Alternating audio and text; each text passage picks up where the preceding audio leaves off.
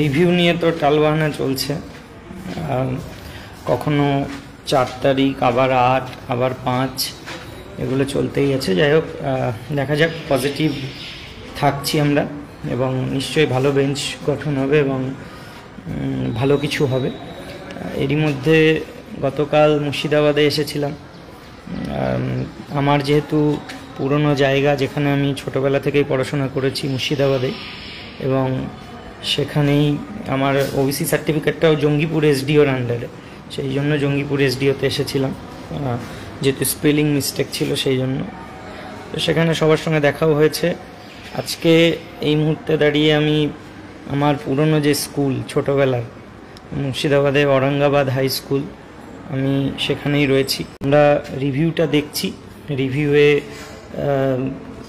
Date নিয়ে যেহেতু একটা চলছে, কারণটা হচ্ছে যে অনেকগুলো রিভিউ ফাইল হয়েছে, তো সেইগুলো ট্যাগ হওয়ার মানে দিকেই এগোচ্ছে, সব এক এক করে হচ্ছে, রেজিস্ট্রির কাজ চলছে, সেই জন্যেই এরকম ডেটের মানে একটা খেলা চলছে আর কি, চেঞ্জ হচ্ছে বারবার। দেখা যাক কি হয়।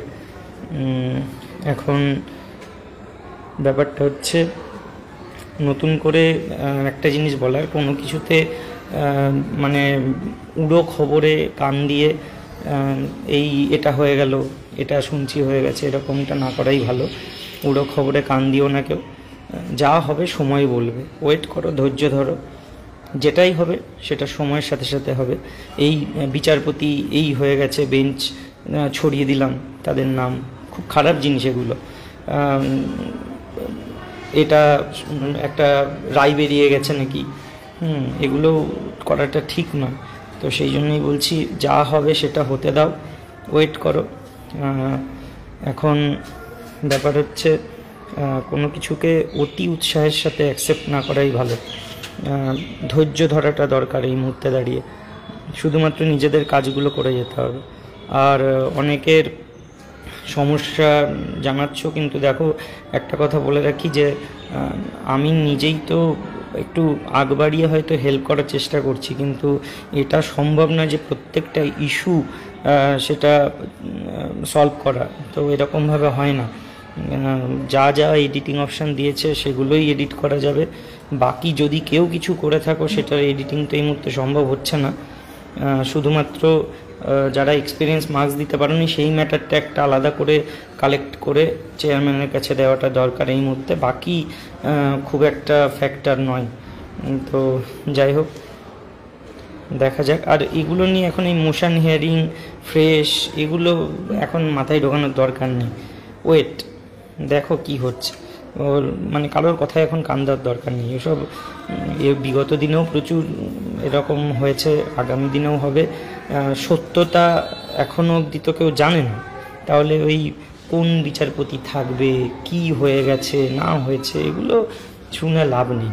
ঠিক আছে, এগুলোতে কান দিয়ে লাভ নেই। আর আপনারা এগুলো ছড়াবেনও না, যে একটা কোথাও কিছু পেলাম সঙ্গে সঙ্গে ফরওয়ার্ড হয়ে গেল, এগুলো খুব খারাপ জিনিস। যে জিনিসের সত্যতা যাচাই হয়নি, সেই জিনিস আমি কেন বিভিন্ন জায়গায় ছড়িয়ে দেবো? তো এগুলো ঠিক নয়, এগুলো থেকে বিরত থাকুন। মানে শুধুমাত্র নিজেদের কাজগুলো এগিয়ে নিয়ে যাওয়া যাক, বাকি যা হবে সেটা সময় বলবে। কোর্টে হোক, কোনো খবর সামনে যখন আসবে তখনই দেখা যাবে, তার আগে কিছু আলোচনা না করাই ভালো। যাদের যাদের মানে এই সমস্যাগুলো রয়েছে, ওই যেটা বলছিলাম যে এক্সপিরিয়েন্স মার্কস এর ক্ষেত্রে, যে অনেকে 9, 10-এ চাকরি করছে, 11, 12-এর ইয়েটা দাওনি, সেক্ষেত্রে তারা একটা লিস্ট করে আমরা ওটা চেয়ারম্যানের কাছে জমা দেব। ঠিক আছে, আমি একটা লিস্টের কথা বলবো এবং লিস্ট করে ওটা চেয়ারম্যানকে জমা দেব। তো সেটার জন্য ওটা একটু পরে পোস্ট করছি, তোমরা সবাই ওখানে দিও। বাকি কোনো কিছু নিয়ে অত উতলা হওয়ার কিছু হয়নি এখন অবধি। যখন কোনো কিছু ফাইনাল হবে তখন আমরা সেটা নিয়ে ভাববো, তার আগে প্যানিক হওয়ার কিচ্ছু নেই।